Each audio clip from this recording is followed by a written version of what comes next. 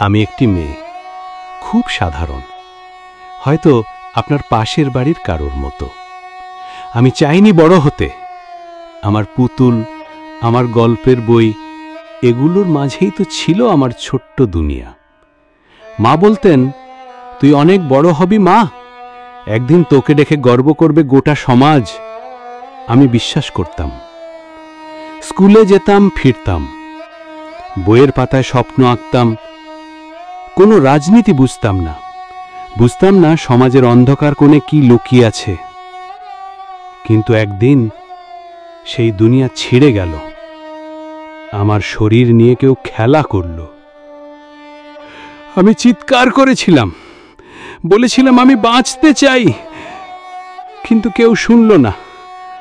আমার চিৎকার রাতের অন্ধকারে মিশে গিয়েছিল, চুড়ির আওয়াজ থেমে গিয়েছিল।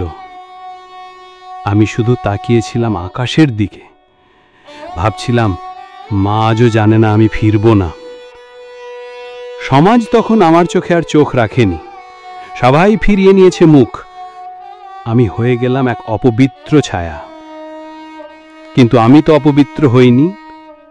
আমাকে অপবিত্র করেছে যারা, তারাই তো আজও ঘুরে বেড়ায় মাথা উঁচু করে।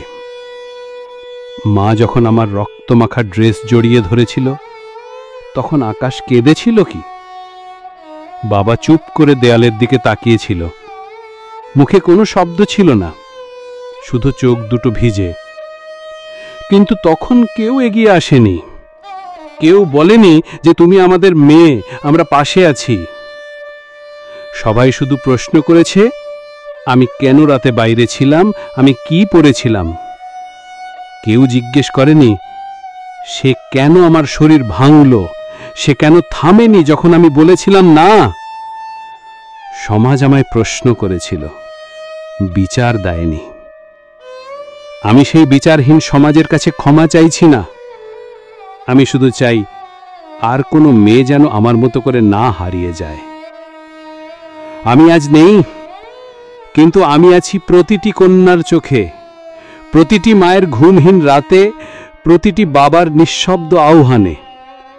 আমি চিৎকার করে বলতে চাই, আমি বাঁচতে চেয়েছিলাম। যদি কখনো কেউ এই চিঠি পড়ে, তাকে বলো, আমি শুধু একটা মেয়ে ছিলাম আর বাঁচতে চেয়েছিলাম। আমার নামের পাশে বিচার লিখে দিও। শেষ আরতি।